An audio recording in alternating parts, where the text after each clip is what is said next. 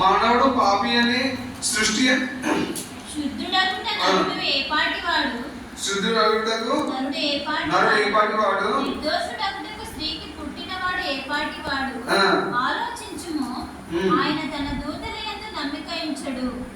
ఆకాశ వైశాల్యము ఆయన దృష్టికి పవిత్రము కాదు. అట్లుండగా లేయుడును చెడిన వాడును నీళ్లు త్రాగునట్లు దుష్క్రియలు చేయవాడు మరి అపవిత్రుడు కదా. చూడండి అక్కడ ఎలాగా గుర్తు చేస్తున్నాడు.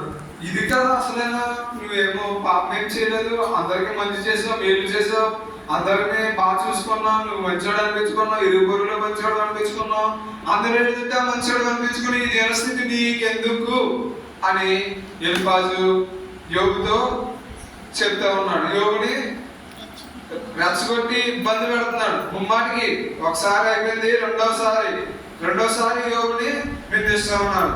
ఇప్పుడు మనం కూడా లోకంలో చూసుకున్నట్లయితే మన యొక్క జీవితాల్లో మన మీద ఎన్నో నిందలు వస్తాయి, ఎన్నో కీర్తులు, ఎన్నో లేనిపోయిన మార్పులు మన మీద నిందలని వేస్తూ ఉంటారు. వేసినప్పటికీ వాటిని జయించే శక్తి యోగు అయితే ఎలా అయితే జయించినాడో అటువంటి శక్తిని మనం కూడా కలిగి ఉండాలని మనం ఈ వచనం నుంచి మనం నేర్చుకోవాలి. యోగుకున్న లక్షణాలను మనం నేర్చుకోవాలి. యోగు నిందలన్నీ సహించాడు, అయిపోయింది. యోగుని నిందలన్నీ సహించాడు అంటే అయిపోయింది. అలా వదిలేసే వారంగా ఉండకూడదు. యోగుకున్న లక్షణాలు ఏమిటి? ఎన్నిసార్లు దూషించినా, ఎన్నిసార్లు గుర్తు చేసినా తన యొక్క స్థితిగతులన్నింటినీ కూడా మరొకసారి ముమ్మాటికి యోగుని జ్ఞాపకం చేస్తూ యోగుని ఎంతో ఇబ్బంది పెట్టినప్పటికీ యోగు ఏం చేయలేదంటే అస్సలు కృంగిపోలేదు. అస్సలు దేవుని దూషించలేదండి, దేవుని దూషించలేదు. మరి నిన్ను ఎవరైనా ఒక 2-3 మాటలు కానీ అది పదే గుర్తు చేస్తే మీకు ఎలా ఉంటుంది? కోపం లేకపోతే అసలు దేవుడు ఉన్నాడా? నా పక్కన నలుగురిలో నవ్వులు బాగా చేస్తాడా? వాడికి ఎంత ధైర్యం? నేనైనా ఉండాలి, నన్ను అన్నవాడైనా ఉండాలి. ఈరోజు ఆడడానికి ఇస్తాడని మనం ఏం చేస్తాం? వాడి మీద గొడవకి వెళ్తాం, యుద్ధంకి వెళ్తాం, పొల్లు నవ్వుతాం. ఈరోజు వారిని హతం చేయడానికి కూడా వెనకాడకుండా తయారవుతున్నాం. ఇప్పుడున్న పరిస్థితి అటువంటిది అయిపోయింది.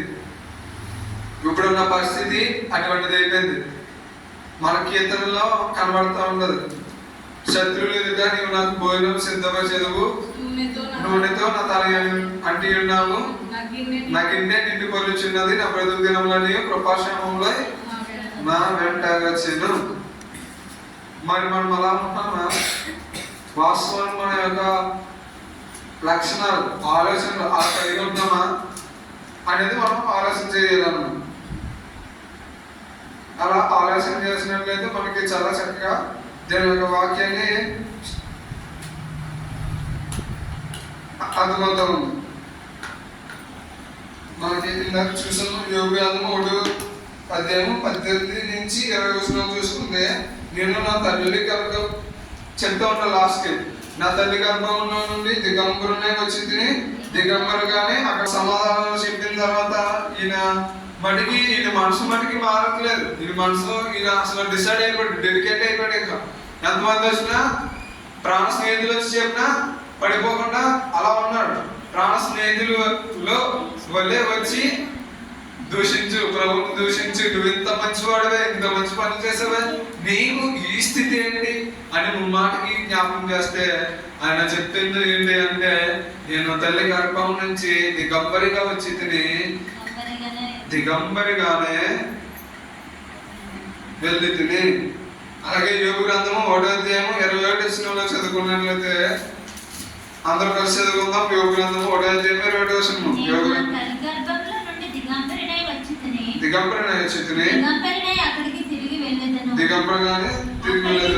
రెండవ భాగం యెహోవా ఇచ్చెను, యెహోవా తీసుకొనెను. యెహోవా నామమునకు స్తుతి కలుగును గాక.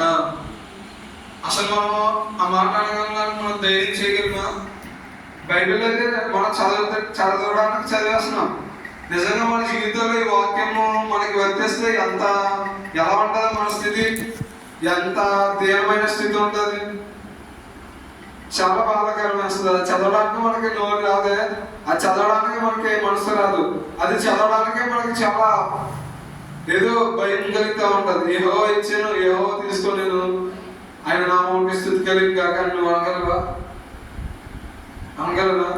అసలు దేవుడే లేదండి. అసలు ఏంటంటే వచ్చి మనము ఆస్తి అంతా పోయింది, మేము సంపాదించినంతా పోయింది. ఒకసారి లోతు భార్యను గుర్తు చేసుకో.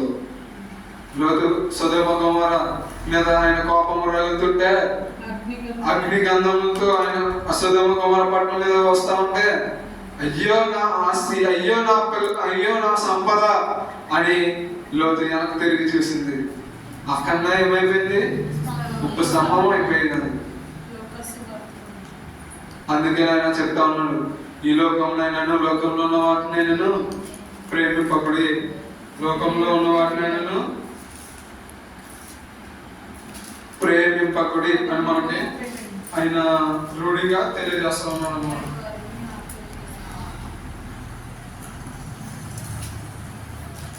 లోతు భార్యను జ్ఞాపకం చేసుకున్నాడు. లోతు భార్యను జ్ఞాపకం చేసుకున్నాడు. తన ప్రాణం లోక 17:32. లోక 17:32. లోక 17